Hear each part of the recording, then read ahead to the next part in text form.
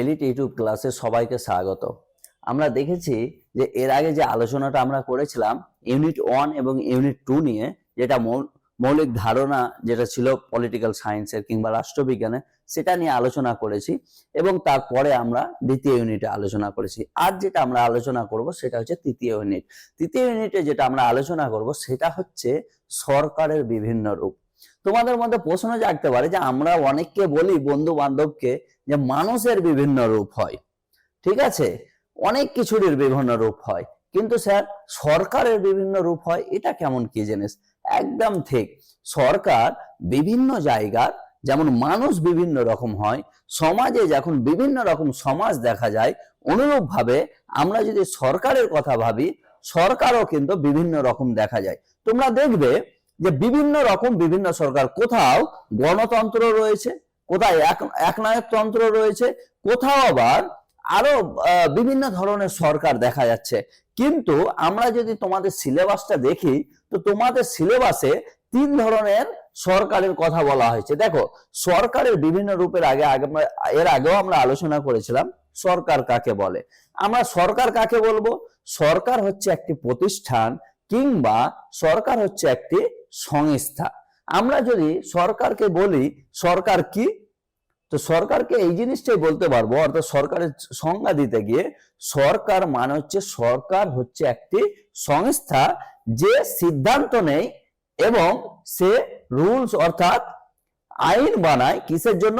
দেশ এবং জনগণের জন্য। এটাই হচ্ছে সরকার। সরকারের বিভিন্ন রূপের মধ্যে আমরা দেখবো, যেটা তোমাদের সিলেবাসে রয়েছে, 3টে রূপের কথা বলা হয়েছে। একটা হচ্ছে গণতন্ত্র, দ্বিতীয় হচ্ছে কর্তৃত্ববাদ, তৃতীয় হচ্ছে সর্বাত্মকবাদ অর্থাৎ ডেমোক্রেসি, যেটাকে আমরা গণতন্ত্র বলবো, কর্তৃত্ববাদ অর্থাৎ ইউটিলিটারিয়ানিজম, এবং সর্বাত্মকবাদ অর্থাৎ টোটালিটারিয়ানিজম। হ্যাঁ, তো এই 3টা নিয়ে আমরা যদি আলোচনা করি, তবে আমরা দেখব এই 3টা তোমাদের সিলেবাসে রয়েছে। একটা হচ্ছে গণতন্ত্র, একটা হচ্ছে কর্তৃত্ববাদ এবং একটা হচ্ছে সর্বাত্মকবাদ। আজকে যেটা আমরা আলোচনা করব সেটা হচ্ছে গণতন্ত্র নিয়ে, ঠিক আছে। অর্থাৎ সরকারের রূপের মধ্যে তোমাদের সিলেবাসে যে 3টা রয়েছে, সেই 3টার মধ্যে আজকে যে ভিডিওটা আমরা আলোচনা করব সেটা হচ্ছে গণতন্ত্র নিয়ে। প্রথমে আমরা দেখে নিব যে গণতন্ত্র কাকে বলে, অর্থাৎ এই গণতন্ত্র শব্দটা কোথা থেকে নেওয়া হয়েছে, এই গণতন্ত্র শব্দটা কিভাবে এলো।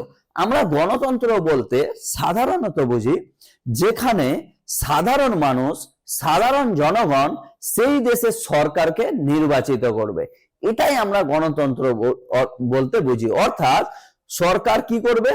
পরিচালিত হবে জনগণের দ্বারা, রুল বাই দ্য পিপল, অর্থাৎ মানে পরিচালনা করবে। আগে কি ছিল? রাজতন্ত্র ছিল, রাজার ছেলে রাজা হবে, এই যে প্রচলনটা, গণতন্ত্র ক্ষেত্রে কিন্তু সেটা না।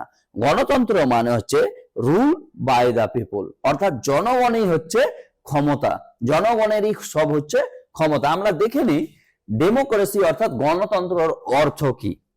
দেখো, ডেমোক্রেসির অর্থ যখন আমরা জানতে যাব, তখন কিন্তু আমরা দেখবো যে এই গণতন্ত্র কথাটা কোথা থেকে এসেছে। অ্যাকচুয়ালি গণতন্ত্রকে ডেমোক্রেসি বলা হয় ইংরেজিতে।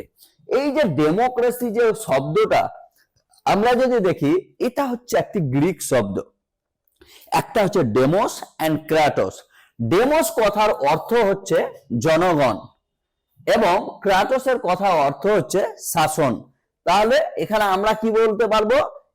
ডেমোক্রেসি মানে হচ্ছে জনগণের শাসন, অর্থাৎ সরকার কে গড়বে? সরকার কার দ্বারা নির্বাচিত হবে, কে গড়বে? সেটা হচ্ছে জনগণ, ঠিক আছে। তো গণতন্ত্রের অর্থ যদি আমরা দেখি, যেখানে গণতন্ত্র শব্দটা ডেমোক্রেসি যেটা ইংরেজিতে রয়েছে, এই ডেমোক্রেসি শব্দটা গ্রিক শব্দ থেকে এসেছে।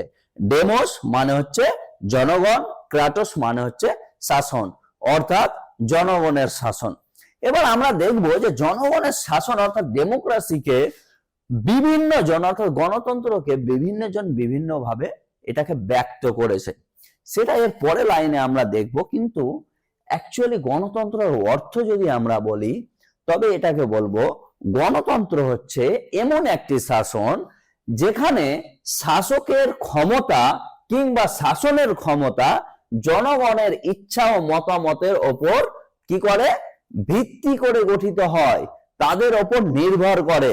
যে এর মূল দর্শন হলো যে যেখানে কি থাকবে, সমতা, যেটাকে আমরা বলবো ইকুয়ালিটি, যেটা এর আগে আমরা পড়েছিলাম ইকুয়ালিটি, আর একটা হচ্ছে স্বাধীনতা, যেটা আমরা লিবার্টি পড়েছিলাম, ঠিক আছে।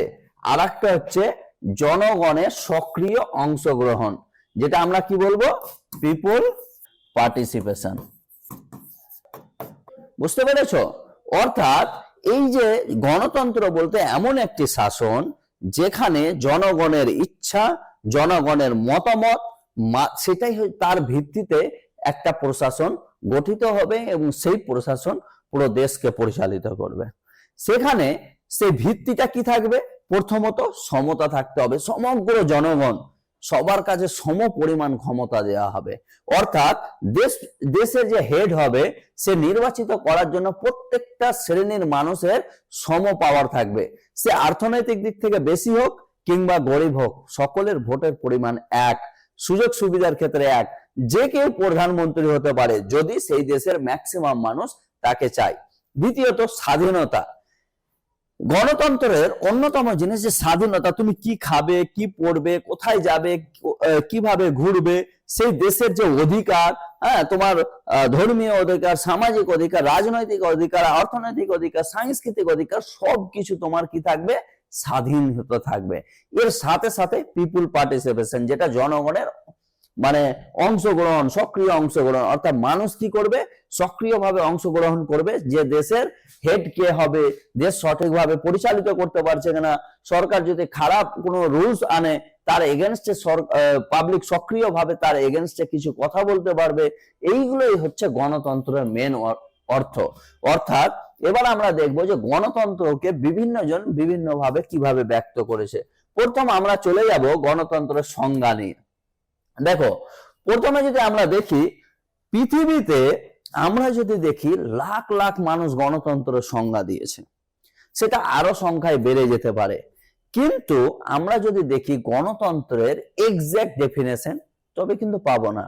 কিন্তু সব থেকে সর্বাত্মক যে সংজ্ঞা, যেটা সর্বশ্রেণীর মানুষ সব থেকে বেশি মেনে নিয়েছে, কিংবা এমন একটি সংজ্ঞা যেটার সংজ্ঞা সব থেকে বেশি অ্যাকসেপ্টেবল হিসাবে গ্রহণযোগ্যতা রয়েছে, সেটা হচ্ছে প্রাক্তন American president John Abraham Lincoln, যেটাকে আমরা আব্রাহাম লিঙ্কন হিসেবে দেখব। উনি বলছেন গণতন্ত্র হলো জনগণের দ্বারা, জনগণের জন্য এবং জনগণের শাসন। অর্থাৎ গণতন্ত্র কি হচ্ছে, কাদের জন্য, জনগণের জন্য। সেই ডেমোক্রেসি অর্থাৎ গণতন্ত্র কাদের জন্য হবে, জনগণের জন্য, এবং সেই শাসন ক্ষমতা কে থাকবে, জনগণ। অর্থাৎ ওনার মতে গণতন্ত্র হলো জনগণের দ্বারা, জনগণের জন্য এবং জনগণের শাসন। আমরা যদি লর্ড ব্রাইসের কথা বলি, লর্ড ব্রাইস উনি বলছেন গণতন্ত্র হলো এমন একটি শাসন ব্যবস্থা যেখানে জনগণ তাদের শাসককে নিজেরাই নির্বাচন করে। এটাই হচ্ছে গণতন্ত্র। কার মতে? লর্ড ব্রাইসের মতে।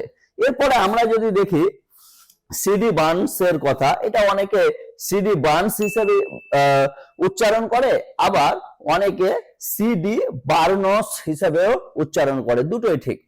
উনি বলছেন গণতন্ত্র বলতে আমরা এমন একটা শাসন ব্যবস্থাকে বোঝাবো যে গণতন্ত্র মানে এমন একটা শাসন ব্যবস্থা যেখানে প্রতিটি নাগরিকের অধিকার সমানভাবে সুরক্ষিত থাকবে। অর্থাৎ সিডে বার্নাস গণতন্ত্রকে ইকুয়ালিটির সাথে তুলনা করেছেন, কিংবা ইকুয়ালিটির সাথে তুলনা বলবো না, একটা ইকুয়ালিটি অর্থাৎ সমতারই একটা সমর্থক শব্দ হিসেবে ব্যবহৃত করেছেন। আমরা যদি দেখি মহাত্মা গান্ধীর কথা, মহাত্মা গান্ধীকে তোমরা সবাই চেনো, সবাই জানো। উনি বলছেন গণতন্ত্র হলো জনকল্যাণ, অর্থাৎ গণতন্ত্র হচ্ছে জনকল্যাণমূলক শাসন ব্যবস্থা যা জনগণের প্রকৃত শক্তিকে কি করতে পারবে, উপলব্ধি করতে পারবে। জনগণ তার নিজের শক্তিকে এমন ভাবে উপলব্ধি করবে যে সরকার কে তৈরি করবে, সরকার কার জন্য হবে, সরকার কিভাবে পরিচালিত হবে, সব কিছুতে জনগণ কি করবে, প্রকৃত শক্তি উপলব্ধি করবে। এটা কে বলছেন? মহাত্মা গান্ধী। ঠিক আছে, এর পাশাপাশি আমরা যদি দেখি আর.এম. ম্যাকাইভার, ঠিক আছে, উনি বলছেন ডেমোক্রেসি ইজ অ্যান প্রসেস, অর্থাৎ ডেমোক্রেসি অর্থাৎ গণতন্ত্র হচ্ছে একটি প্রক্রিয়া যা জনগণের ইচ্ছার প্রতিফলন ঘটায়, কিংবা তিনি বলতে চাইছেন যে গণতন্ত্র হচ্ছে এমন একটি প্রসেস যার মাধ্যমে জনগণ তার যে উইল অর্থাৎ ইচ্ছার কি করবে? প্রতিফলন ঘটাবে, যে যেটা চাইবে সে অনুযায়ী সে পরিচালিত হবে। এর পাশাপাশি আমরা এবার দেখব জনগণের বৈশিষ্ট্য। দেখো, জনগণের বৈশিষ্ট্যের মধ্যে আমরা এখানে প্রথমে ভিত্তি কি পেয়েছি? একটা হচ্ছে সমতা, একটা হচ্ছে স্বাধীনতা, ঠিক আছে, সমান সুযোগ ব্যবস্থা, ঠিক আছে, এইগুলো হচ্ছে মেন ভিত্তি। ঠিক আছে, এইগুলোর সাথে সাথে গণতন্ত্রের যে বেসিক সাধারণ যে বৈশিষ্ট্য, যেখানে জনমত, এখানে কিন্তু জনমতও একটা কিন্তু বিশাল ইম্পর্টেন্ট জিনিস, যে জনমত কিন্তু দিতে পারবে। এই জিনিসটা যদি আমরা দেখি, তো প্রথম যে বৈশিষ্ট্য সেটা হচ্ছে জনগণের শাসন। ভারতবর্ষ হচ্ছে একটা গণতন্ত্র। এই গণতন্ত্রকে শাসন কে করে? আমরা যদি শাসন ব্যবস্থার হেড যদি দেখি দেশের ক্ষেত্রে, আমরা কাকে বলবো? প্রধানমন্ত্রী। ঠিক আছে, আমরা এই জিনিসটাকে যদি আমরা রাজ্যের ক্ষেত্রে যদি দেখি, রাজ্যের ক্ষেত্রে আমরা দেখব মুখ্যমন্ত্রী। ঠিক আছে, অর্থাৎ এই যে জনগণের যে প্রধানমন্ত্রী বলো কিংবা মুখ্যমন্ত্রী বলো, এই দুজনকে নির্বাচিত কে করে? জনগণ। অর্থাৎ প্রধানমন্ত্রী কাদের জন্য দেশ পরিচালিত করছে? জনগণের জন্য। রাজ্য পরিচালিত কে করছে? মুখ্যমন্ত্রী। অর্থাৎ এই শাসন ব্যবস্থা কার হচ্ছে? জনগণের। যে প্রধানমন্ত্রী রয়েছেন, আজকের দিনে প্রাইম মিনিস্টার নরেন্দ্র মোদী রয়েছে, আজকের দিনে চিফ মিনিস্টার আমাদের ওয়েস্ট বেঙ্গলের মমতা ব্যানার্জি রয়েছে, এদের কাদের শাসন হচ্ছে? জনগণের শাসন। তাদেরকে নির্বাচিত কে করেছে? জনগণ। ঠিক আছে, তো এটা হচ্ছে জনগণের শাসন। এর পরে যদি আমি দেখি যে অবাধ নিরপেক্ষ নির্বাচন, অর্থাৎ গণতন্ত্রের অন্যতম বৈশিষ্ট্য হচ্ছে যে অবাধ অর্থাৎ কোনো রেস্ট্রিকশন থাকবে না, এবং নিরপেক্ষ নির্বাচন অর্থাৎ পক্ষপাতিত্ব থাকবে না। প্রত্যেকটা মানুষ যে যাকে পারবে, যে যাকে চাইবে তাকে সে নির্বাচিত করবে, এবং সেটা কি হবে? অবাধ ও নিরপেক্ষ নির্বাচন, অর্থাৎ পক্ষপাতিত্ব হবে না।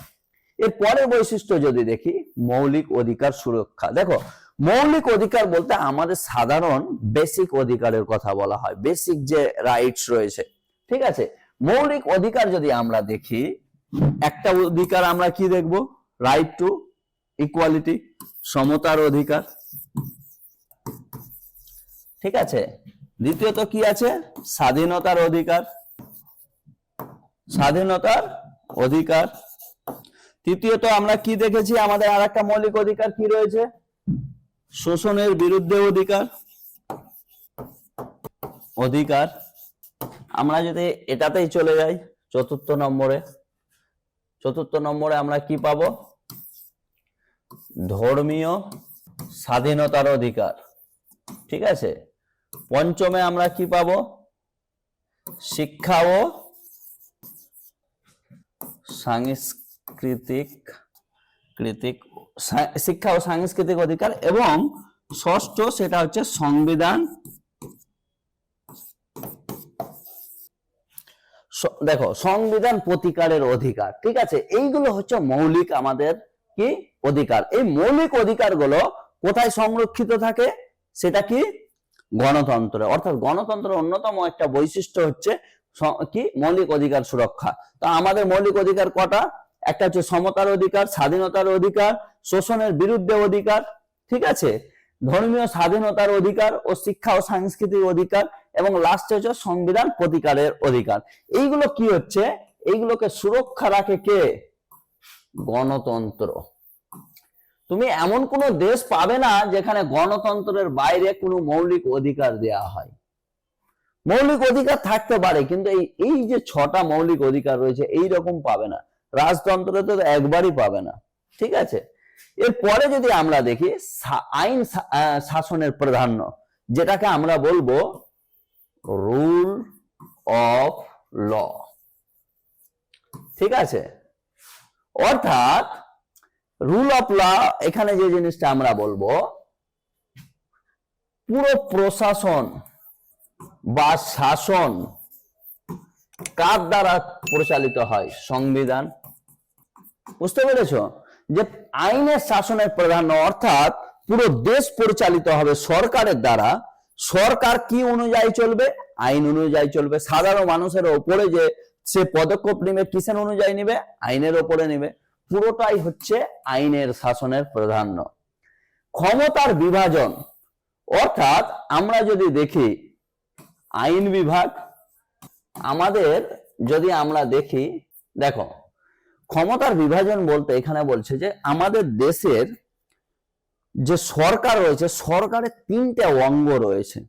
একটা হচ্ছে আইন বিভাগ, শাসন বিভাগ, আর একটা হচ্ছে বিচার বিভাগ।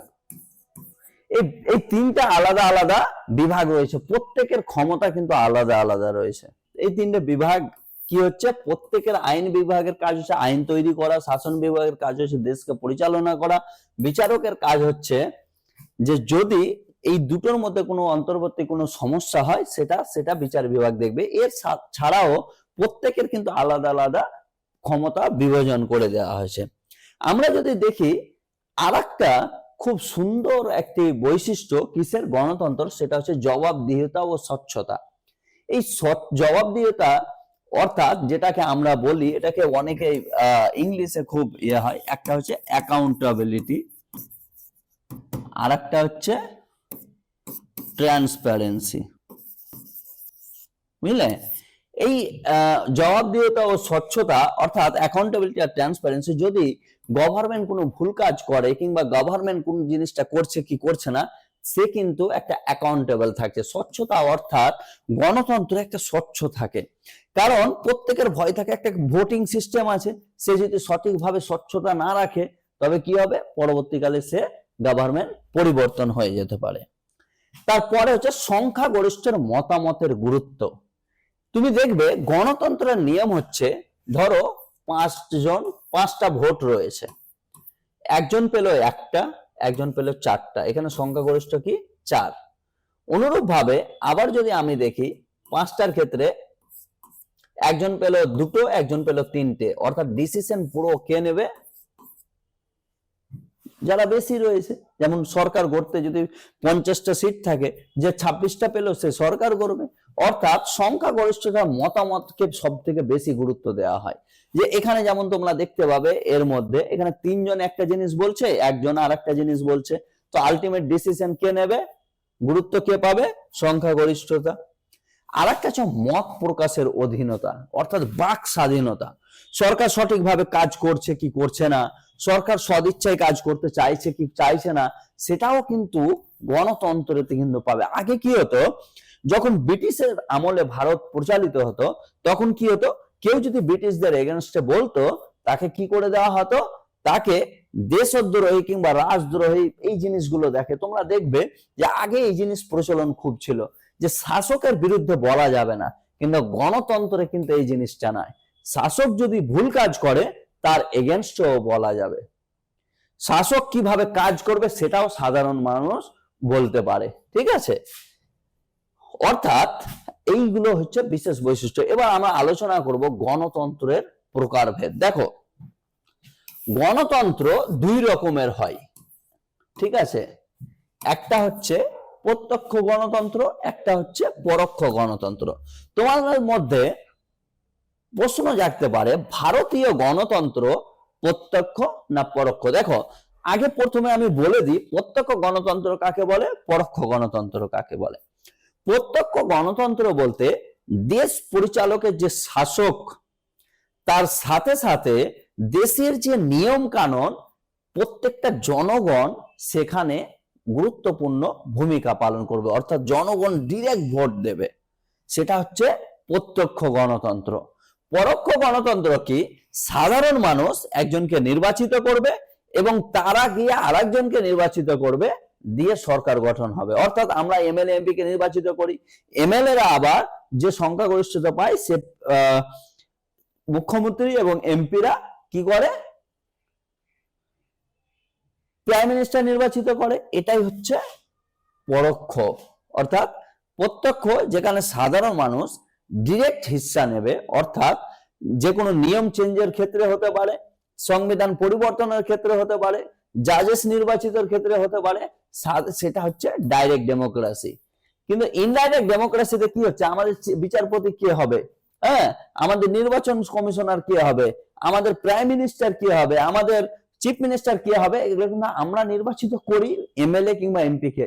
তারপরে কি হয়, তারপরে আমরা আইন প্রণয়ন, আইন বানানোর ক্ষেত্রে কি করে পার্লামেন্ট, পার্লামেন্টে আমরা রিপ্রেজেন্টেটিভ প্রতিনিধিত্ব পাঠিয়েছি, কিন্তু আমরা ডিরেক্ট ভাবে হিস্সা নিতে পারি না। ঠিক আছে, আমরা যদি দেখি প্রত্যক্ষ গণতন্ত্র, অর্থাৎ এই প্রকার গণতন্ত্র জনগণ তার সরাসরি আইন প্রণয়ন ও নীতি নির্ধারণে অংশগ্রহণ করতে পারে। আমরা যদি আর একটা উদাহরণ দিই তবে কি হবে, সুইজারল্যান্ড।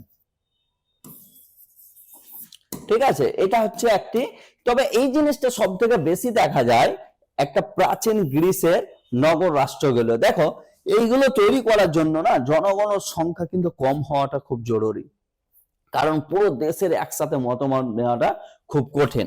প্রত্যক্ষ গণতন্ত্রের বৈশিষ্ট্য কি রয়েছে দেখো, প্রত্যক্ষ গণতন্ত্রের প্রথম বৈশিষ্ট্য হচ্ছে জনগণ সরাসরি সিদ্ধান্ত নিতে পারে। ঠিক আছে, যে আইন প্রণয়ন হবে, আইন তৈরি হবে কিংবা জাজ নির্বাচিত হবে কিংবা প্রাইম মিনিস্টার ডিরেক্টলি সিদ্ধান্ত নেবে। ঠিক আছে, দ্বিতীয়ত আমরা দেখবো যে মধ্যস্থকারী নাই। আমাদের এখানে পিএম এবং পিপুল এর মিডিলে কিন্তু আমরা কাকে দেখতে পাই, মিডিলে আমরা সিএমও থাকতে পারে, এমএলএ এমপিও থাকতে পারে। ঠিক আছে, এইগুলো হচ্ছে আমাদের মধ্যস্থতা করার একটা জিনিস।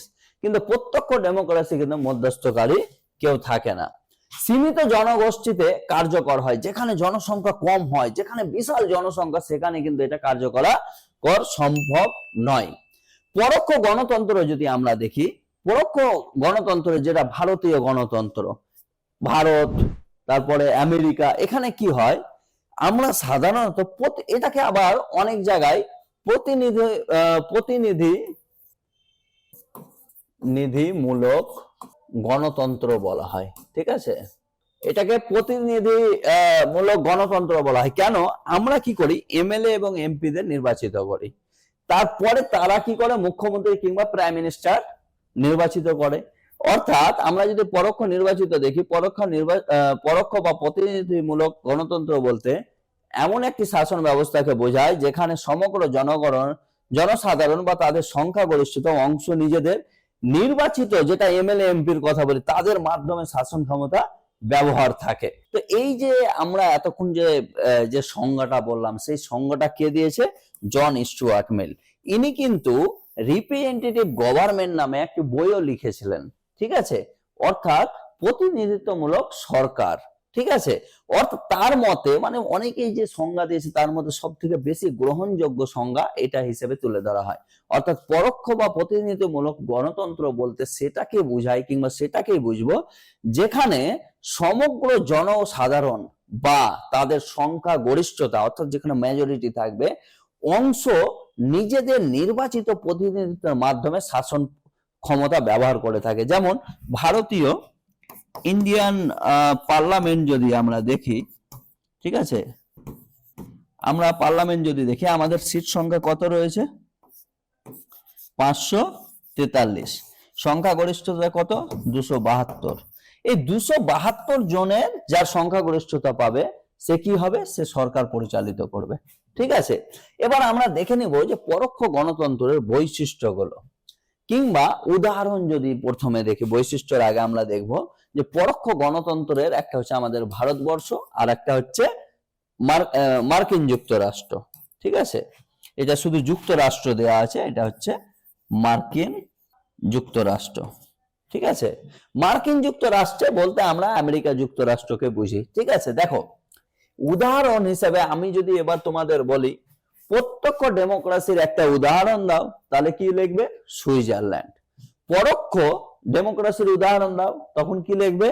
ভারত, বাংলাদেশ, হ্যাঁ, তারপরে শ্রীলঙ্কা, মার্কিন যুক্তরাষ্ট্র, এগুলো হচ্ছে পরোক্ষ ডেমোক্রেসি। তার মধ্যে এই দুটো বলার কারণ হচ্ছে তোমরা ইন্ডিয়া এবং আমেরিকা এই দুটো নাম কিন্তু খুব সহজে মনে থাকবে, ওই কারণে এই দুটো নাম আমি রেখেছি। দেখো এবার আমরা আলোচনা করব বৈশিষ্ট্য। কিসের বৈশিষ্ট্য? গণতন্ত্রের বৈশিষ্ট্য। দেখো এখানে একটা জিনিস তোমরা মাথায় রাখবে, কোন গণতন্ত্র? পরোক্ষ। পরোক্ষ গণতন্ত্রকে আরেকটা কি নামে দেখা হয়? প্রতিনিধিমূলক। প্রতিনিধিমূলক গণতন্ত্র হিসেবে বলা হয়। এবার আমরা বৈশিষ্ট্য, প্রথমেই আমরা যে বৈশিষ্ট্য পাবো যেটা হচ্ছে জনগণ কি করে? সরাসরি অংশগ্রহণ করতে পারে না। তারা কার মাধ্যমে অংশগ্রহণ করে? প্রতিনিধিমূলকের মাধ্যমে শাসন কার্য পরিচালনা করে। তাছাড়া এইগুলো যদি আমরা দেখি, এইগুলো বৃহৎ রাষ্ট্রের ক্ষেত্রে কিন্তু এইগুলো অ্যাপ্লাই করা হয়। কেন?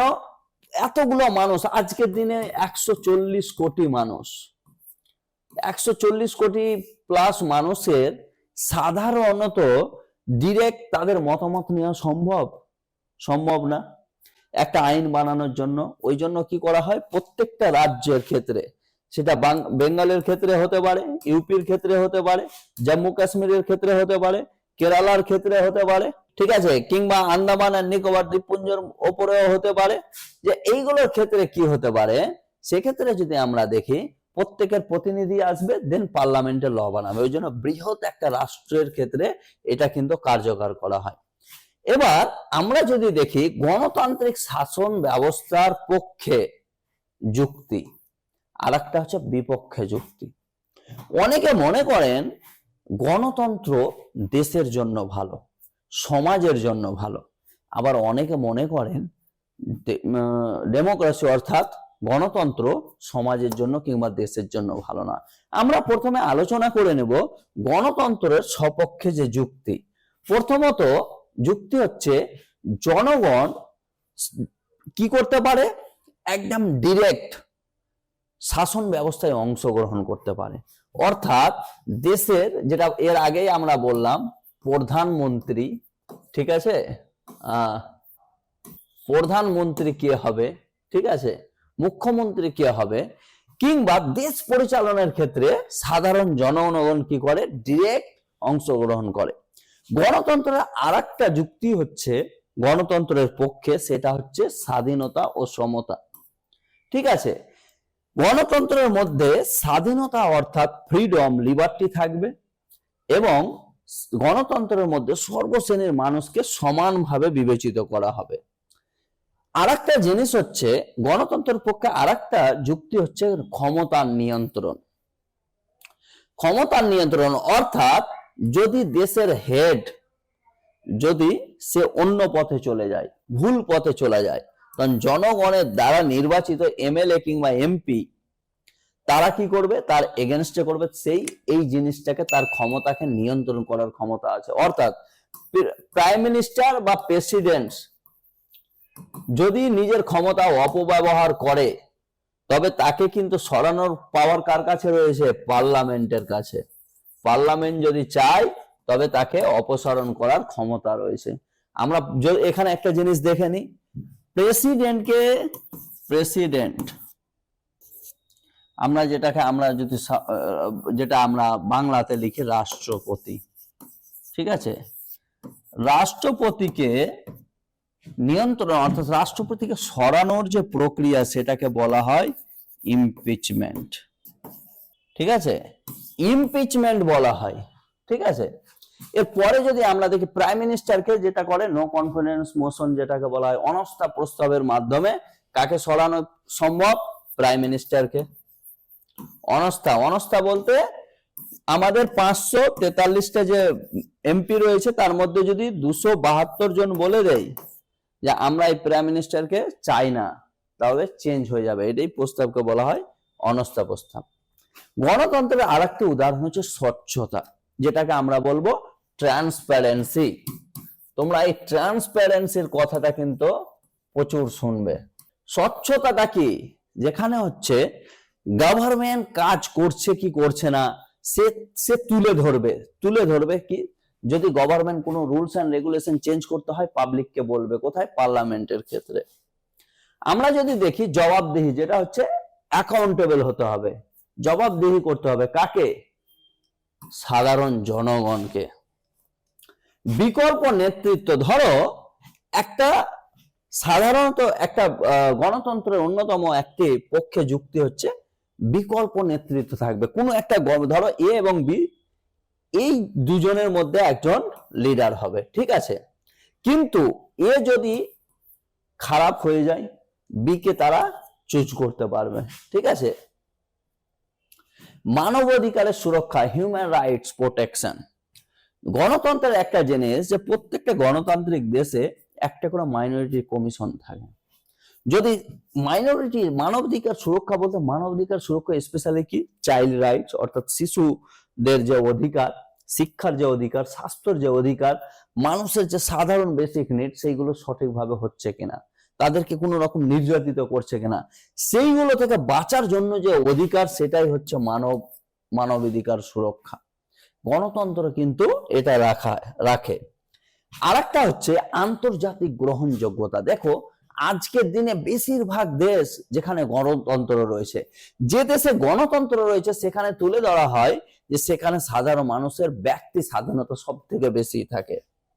হ্যাঁ, এর পাশাপাশি যদি আন্তর্জাতিক গ্রহণযোগ্যতা যদি দেখি, ইন্টারন্যাশনাল নেগোসিয়েশন হয়, এক দেশের সাথে আর এক দেশের নিজেদের মধ্যে বোঝাপড়া হয়, ঠিক আছে। সংকট মোকাবিলার ক্ষমতা, ধরো দেশে কোনো রকম সমস্যা দাঁড়ালো, সেটা রাজনৈতিক হোক, অর্থনৈতিক হোক, যে কিছু হোক, গণতন্ত্রের ক্ষেত্রে হচ্ছে সর্বশ্রেণীর মানুষকে একত্রিত করে, সর্বশ্রেণীর মানুষকে বুদ্ধি পরামর্শ করে যে কোনো সংকট ক্রাইসিস যদি আসে সেটাকে ফেস করা অর্থাৎ মোকাবিলা করার একটা ক্ষমতা থাকে। এর পাশাপাশি আমরা যদি দেখি উন্নয়নের যে গতি, ডেমোক্রেসিতে কি হয়, উন্নয়নের গতি সবসময় ঊর্ধ্ব দিকে থাকে, উন্নয়ন ভালো দিকে যাবে।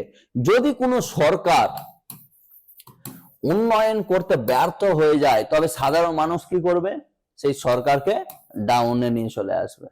অর্থাৎ প্রত্যেকটা সরকারকে কোন দিকে রাখবে, গণতন্ত্রতে উন্নয়নের গতি বাড়ানোর দিকে। এবার আমরা আলোচনা করব যে গণতন্ত্রের বিপক্ষে কি কি যুক্তি রয়েছে, এবং সর্বশেষে আমরা আলোচনা করব যে গণতন্ত্রকে সুরক্ষা রাখার জন্য কি কি রয়েছে। তো আমরা দেখে নিব যে বিপক্ষের যুক্তিগুলো। প্রথমত গণতন্ত্রের বিকল্প যুক্তি হচ্ছে যে সিদ্ধান্ত গ্রহণ কিন্তু দেরি হয়। কেন? গণতন্ত্রের ক্ষেত্রে এক রাজার যদি থাকে রাজতন্ত্র, তার রাজা কি করবে, যে কোনো ডিসিশন নিজে নিয়ে নেবে।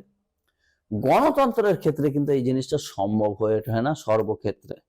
যেমন গণতান্ত্রিক কোন দেশ এক দেশের সাথে আর এক দেশের সাথে যদি যুদ্ধ করতে হয়, রাষ্ট্রপতি চাইলেই করে দিতে পারে, হয় মন্ত্রিসভা রয়েছে, আইন কক্ষে সেই বিল পাস করতে হয়, হ্যাঁ, বাকি মন্ত্রী পরিষদের সাথে আলোচনা করতে হয় যে না আমাদের অন্য দেশের সাথে যুদ্ধে যাওয়া উচিত কি উচিত না।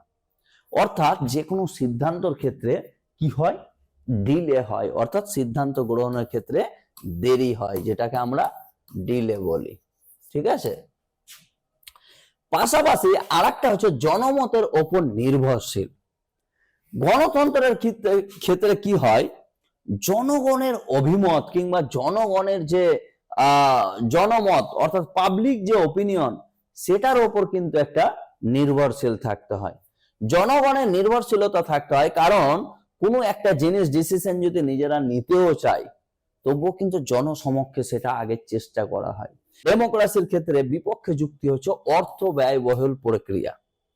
ধরো গণতন্ত্রের ক্ষেত্রে ভোট হয়, ঠিক আছে, একটা ভোট পরিচালনা করার জন্য কত পরিমাণ টাকা লাগে জানো, কত পরিমাণ, প্রচুর পরিমাণে একটা টাকা খরচ হয় গণতন্ত্রের একটা সিস্টেম চালাতে এখানে, নাম্বার ওয়ান। নাম্বার টু, গণতন্ত্রের ক্ষেত্রে শাসন ব্যবস্থার অনেক ভাগ থাকে, এখানে বিভিন্ন মিনিস্ট্রিদের একটা অ্যামাউন্ট দিতে হয়, এমএলএ এমপিদের অ্যামাউন্ট দিতে হয়, অর্থাৎ প্রচুর ব্যয়বহুল একটা প্রক্রিয়া। এটা কিন্তু গণতন্ত্রের বিপক্ষে একটা যুক্তি। এরপরে একটা বিশেষ একটা নেগেটিভ দিক হচ্ছে অদক্ষ প্রশাসন।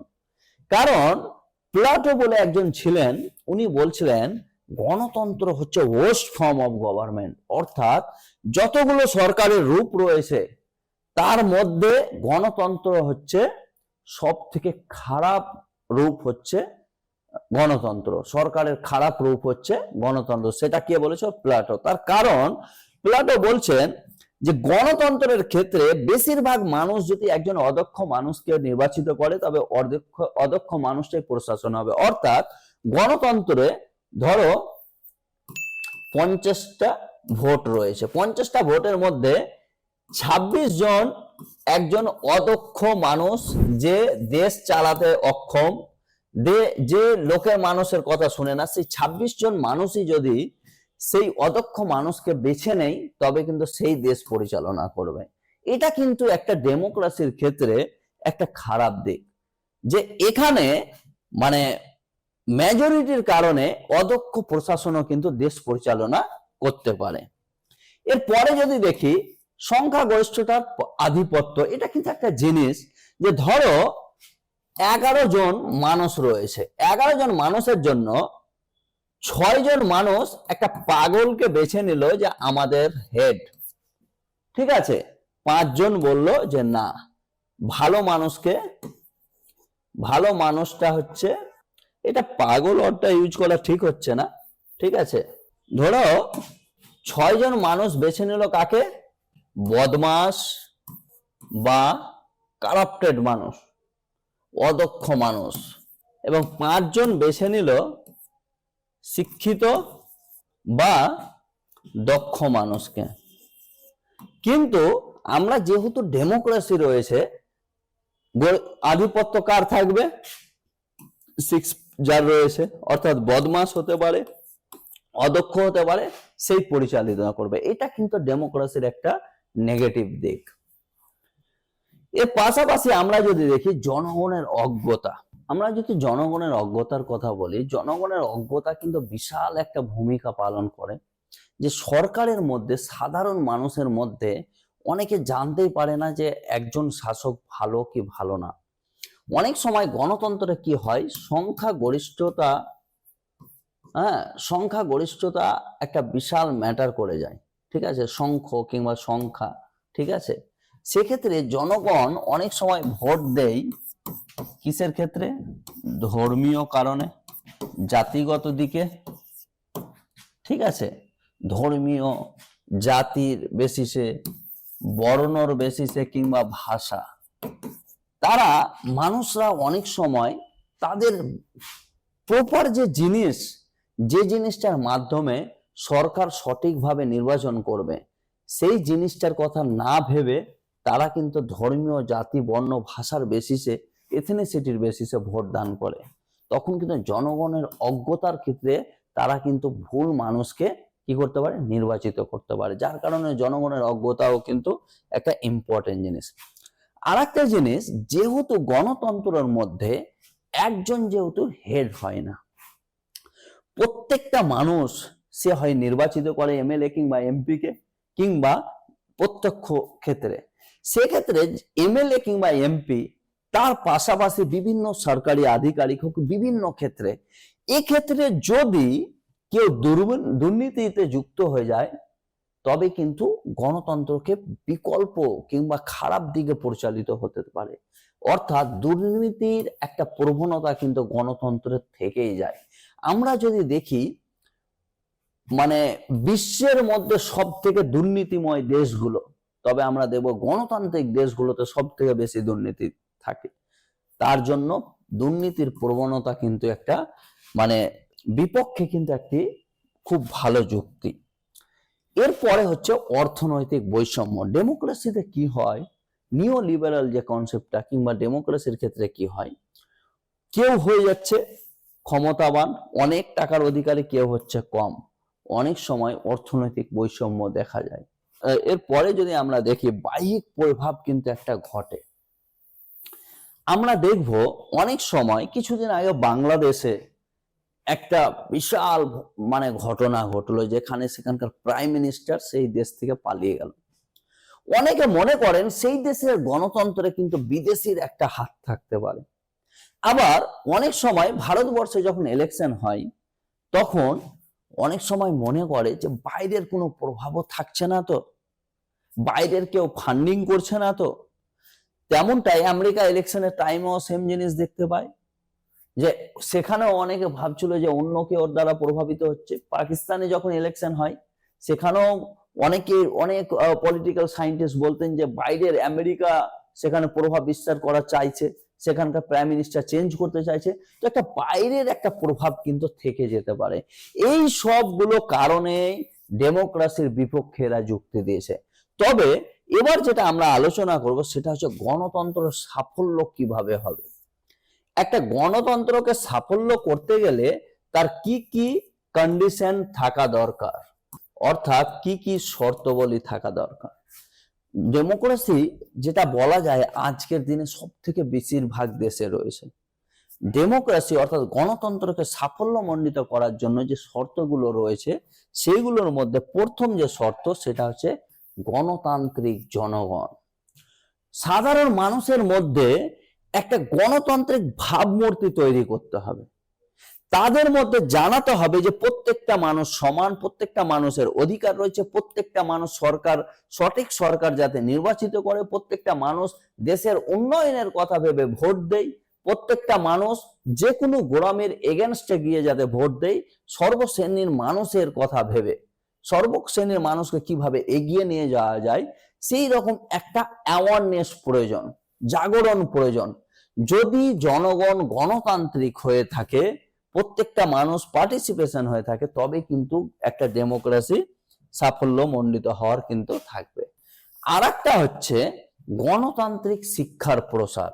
দেশের মধ্যে প্রত্যেকটা মানুষকে জাগৃত করা, প্রত্যেকটা মানুষকে তার অধিকার জানানো, প্রত্যেকটা মানুষকে তাকে যে প্রত্যেকটা জায়গায় যে তার কি কি অধিকার রয়েছে, কি কি স্বাধীনতা রয়েছে, কি কি তার প্রচেষ্টা করলে এগিয়ে যেতে পারবে, সেই রকম কিন্তু একটা শিক্ষার প্রসার ঘটাতে হবে। তার পাশাপাশি সর্বশ্রেণীর মানুষকে শিক্ষার প্রসারণ ঘটাতে হবে। এমনটা না যে কিছু মানুষ টাকা রয়েছে সে শিক্ষা পাবে বাকিরা পাবে না, এমনটা না। পুরো দেশের মধ্যে একটা গণতান্ত্রিক অর্থাৎ ডেমোক্রেটিক এডুকেশনের একটা প্রমোট করতে হবে, মানে এক্সপ্লোর করে সেটাকে ওয়াইড স্প্রেড করে দিতে হবে। ঠিক আছে, এরপরে যদি আমরা দেখি সহিষ্ণুতা, যেটাকে আমরা বলবো টলারেট বা যেটাকে আমরা নর্মালি টলারেন্স বলি। ঠিক আছে, টলারেন্স অর্থাৎ সহিষ্ণুতা। সর্বশ্রেণীর মানুষ, জাতি আলাদা হোক, বর্ণ আলাদা হোক, ধর্ম আলাদা হোক, ভাষা আলাদা হোক, প্রত্যেকটা মানুষকে সহিষ্ণুতার মধ্যে রাখতে হবে, প্রত্যেকটা মানুষকে সম্মান দিতে হবে, প্রত্যেকটা মানুষকে মিলেমিশে চলতে হবে। সমাজের মধ্যে, দেশের মধ্যে সে যেই জাতির হোক, যে ধর্মের হোক, যে ভাষার হোক, যেই বর্ণের হোক, সর্ব মানুষকে মিলেমিশে থাকতে হবে, একটা সহিষ্ণুতা পরিবেশ রাখতে হবে। এটা হচ্ছে অন্যতম একটি দিক। এর পাশাপাশি যে দেশ পরিচালিত হবে সরকারের মধ্যে, এক দেশ তো সরকার পরিচালনা করবে কিন্তু বিরোধীর মধ্যে একটি শক্তিশালী একটা অবস্থান থাকতে হবে। দেশের মধ্যে বিরোধী একটা দেশ, ধরো এ 543 মধ্যে একটা এ পেয়ে গেল 500, বি পেল 30টা, সি পেল 2টা, ডি পেল 1টা, ই পেল, এরকম করতে করতে, তার মানে এ যদি ক্ষমতা থাকে, এ কি করবে, পুরো দেশের সিস্টেমটাকে তার নিজের মতো করার চেষ্টা করবে। তার জন্য অপোজিশন যে থাকবে তাকে কি করতে হবে, স্ট্রং থাকতে হবে। এ যদি 543 মধ্যে 250 পায়, বিও যাতে 230 পায়, বাকিগুলো পাবে। তাহলে কি হবে, শক্তিশালী বিরোধী হবে, সে কিন্তু ভুলগুলো ধরিয়ে দিতে সক্ষম হবে। ঠিক আছে, এর পাশাপাশি যে প্রত্যেকটা দেশের মধ্যে মাইনরিটি যারা রয়েছে, ভাষার বেসিসে হতে পারে, ধর্মীয় কারণের বেসিসে হতে পারে, তাকে কিন্তু রিপ্রেজেন্টেটিভ দিতে হবে। কারণ ডেমোক্রেসির একটা দিক হচ্ছে সংখ্যাগরিষ্ঠ যারা রয়েছে তাদের দ্বারা পরিচালিত হয়, দেশ পরিচালিত হয় সে সংখ্যাগরিষ্ঠ পার্টির দ্বারা। যে সব থেকে বেশি পার্টি ভোট পাবে তার দ্বারা সরকার পরিচালিত হয়। সেক্ষেত্রে সংখ্যা লঘু কিংবা সংখ্যা লঘুর যে মানুষ তারা তো রিপ্রেজেন্টেটিভ পাচ্ছে না, তারা তো অল্প জায়গায় ভোট রয়েছে, সেক্ষেত্রে তাদেরকেও রিপ্রেজেন্টেটিভ দেওয়ার ব্যবস্থা করতে হবে। এর পাশাপাশি যে স্বাধীন ও নিরপেক্ষ বিচার ব্যবস্থা থাকতে হবে, অর্থাৎ যেমন ধরো সুপ্রিম কোর্ট, ঠিক আছে, এছাড়া হাইকোর্ট, এই যে কোর্টগুলো রয়েছে তাদেরকে কি করতে হবে, স্বাধীন রাখতে হবে, নিরপেক্ষ বিচার ব্যবস্থা রাখতে হবে, সরকারের দ্বারা যাতে কোনো রকম পক্ষপাতিত্ব না হয়, এই জিনিসটা মাথায় রাখতে হবে। এরপরে যদি আমরা দেখি আরেকটা, সেটা হচ্ছে গণতান্ত্রিক ঐতিহ্য রাখতে হবে। গণতান্ত্রিক ঐতিহ্য কি, সর্বশ্রেণীর মানুষকে তার যে গণতান্ত্রিক অধিকার সেটা দিতে হবে, তাকে বলার অধিকার দিতে হবে, তাকে সরকারের মধ্যে যুক্ত হওয়ার অধিকার দিতে হবে। একটা ঐতিহ্য গণতান্ত্রিক, অর্থাৎ প্রত্যেকটা মানুষের বলার অধিকার, প্রত্যেকটা মানুষের খাওয়ার অধিকার, ধর্মীয় পালনের অধিকার, প্রত্যেকটা মানুষের সমান গুরুত্ব, এইগুলো ঐতিহ্য হচ্ছে গণতান্ত্রিক ঐতিহ্য। এর পাশাপাশি একটা দেশের মধ্যে লিখিত সংবিধান থাকতে হবে। লিখিত সংবিধান থাকলে কি হবে, সেই দেশের প্রশাসন যদি ভুল পথে যায় তবে কিন্তু বিচার ব্যবস্থার কাছে সাধারণ মানুষ যেতে পারবে, যার মাধ্যমে সে প্রপার গাইডলাইনে চলছে না, অর্থাৎ সেই সরকারের এগেনস্টেও ব্যবস্থা নেওয়া হবে। লিখিত সংবিধান থাকলে কি হয়, রুলস অ্যান্ড রেগুলেশনের মাধ্যমে প্রত্যেকটা শ্রেণীর মানুষ পরিচালিত হবে। এর পাশাপাশি যদি দেখি ক্ষমতার বিকেন্দ্রীকরণ, অর্থাৎ ডিসেন্ট্রালাইজেশন অফ পাওয়ার। এটা কি, ক্ষমতার বিকেন্দ্রীকরণ, অর্থাৎ সেন্ট্রাল গভর্নমেন্ট, যেটাকে আমরা বাংলাতে বলি কেন্দ্রীয় সরকার, রাজ্য সরকার, আর একটা হচ্ছে পঞ্চায়েত, যেটাকে আমরা পঞ্চায়েত বলি, পঞ্চায়েত, মিউনিসিপ্যালিটি, ঠিক আছে, এইগুলো যে রয়েছে এটা কিন্তু থাকা দরকার। অনেক দেশেই কিন্তু এই কেন্দ্রীয় সরকার রয়েছে, রাজ্য সরকার রয়েছে, কিন্তু পঞ্চায়েতে রাজ কিংবা মিউনিসিপ্যালিটি গেলে অনেকগুলো দেশে কিন্তু থাকে না। তো এই জিনিসটা করলে হবে না। ডেমোক্রেসিকে যদি তুমি সাকসেসফুল করতে চাও তবে কিন্তু এই সব জিনিসগুলো মাথায় রাখতে হবে। আর একটা হচ্ছে সুযোগ্য নেতৃত্ব, এটা কিন্তু ডেমোক্রেসির ক্ষেত্রে সব থেকে প্রয়োজন। দেশের মধ্যে যদি অযোগ্য কোনো নেতা দেশ পরিচালনা করে, সে যেই কোনো দেশ হোক, সেই দেশের ক্ষেত্রে কিন্তু প্রচুর হানিকারক হবে। যে কোনো গণতান্ত্রিক দেশে যে দেশ পরিচালনা করবে কিংবা রাজ্য পরিচালনা করবে, সে যাতে সুযোগ্য হয়, তার মধ্যে পারদর্শিতা থাকে, যে জাতির নামে, ধর্মের নামে, বর্ণের নামে, লিঙ্গের নামে তার মধ্যে যাতে বৈষম্যতা না দেখা যায়, সে যাতে সুযোগ্য একজন ব্যক্তি হয়। এরপরে যদি রাজনৈতিক ও সামাজিক অধিকার, প্রত্যেকটা মানুষের রাজনৈতিক অধিকার প্রদান করতে হবে। সামাজিক অধিকার অর্থাৎ সমাজের মধ্যে সে জাতি বর্ণ নির্বিশেষে প্রত্যেকটা শ্রেণীর মানুষকে অধিকার দিতে হবে। এবং সর্বশেষ যদি আমরা দেখি তাহলে আমরা দেখব যে সংবিধানের গণতন্ত্রকে যদি সাফল্যমণ্ডিত করতে হয় তবে এই সব যে পয়েন্টগুলো বললাম সেগুলো মাথায় রাখবে। সবাইকে ধৈর্য ধরে এই ভিডিওটা দেখার জন্য ধন্যবাদ। এলিট ইউটিউব ক্লাসে এবং এলিট অ্যাপের যে সকল শিক্ষার্থীরা ভিডিও দেখছো তাকে সবাইকে ধন্যবাদ জানিয়ে আজকের ক্লাস এখানে সমাপ্তি করলাম। তোমাদের মধ্যে যদি কেউ এলিট অ্যাপ ডাউনলোড না করে থাকো তবে তোমরা এলিট অ্যাপটি ডাউনলোড করো এবং তোমরা নোটস গুলো ডাউনলোড করে তোমরা কিন্তু ভালোভাবে পড়াশোনা করো। অনেক অনেক ধন্যবাদ, থ্যাংক ইউ। এই ধরনের এডুকেশনাল ভিডিও আরও দেখতে চ্যানেলটিকে সাবস্ক্রাইব করে এলিট পরিবারের মেম্বার হয়ে যাও। Thank you so much and always remember, knowledge worth sharing.